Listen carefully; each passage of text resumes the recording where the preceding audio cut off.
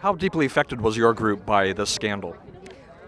The IRS, we applied for our 501c3 and 501c4 status in December of 2010, and to this day they're still stringing us along. They haven't given us a definitive answer.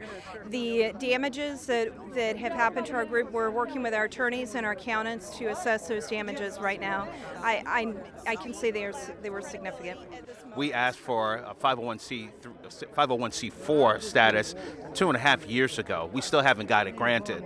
Not only that, but certain types of questions were asked, such as our donors' political activities, questions that are completely unwarranted and not part of the 501c4 statute.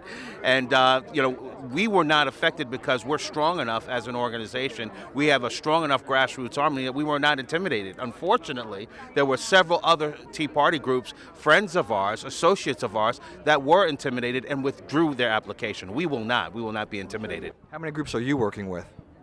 Oh, geez, I couldn't put a number on it.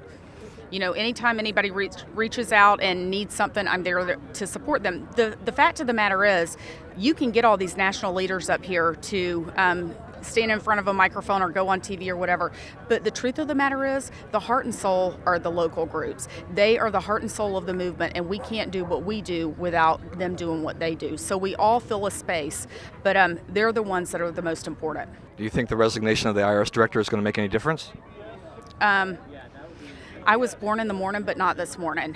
He was going to resign anyway.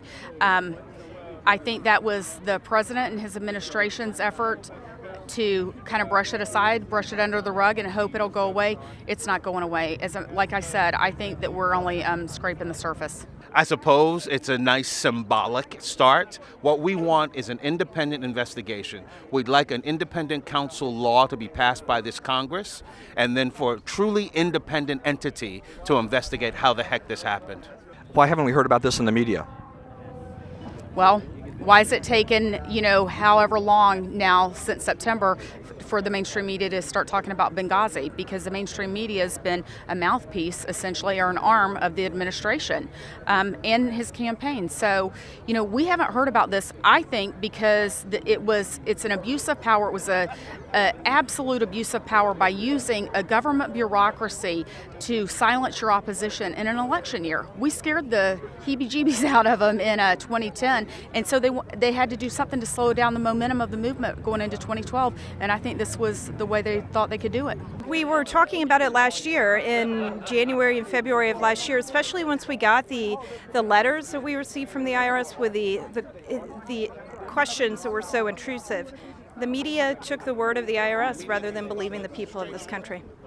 Well, it seems to me that they really got their Irish up when the AP story hit. It seems like it was like, wait a minute, we can protect the president, but now that we're under fire, now that we're the victim of the Obama machine, all of a sudden they woke up and decided to be journalists.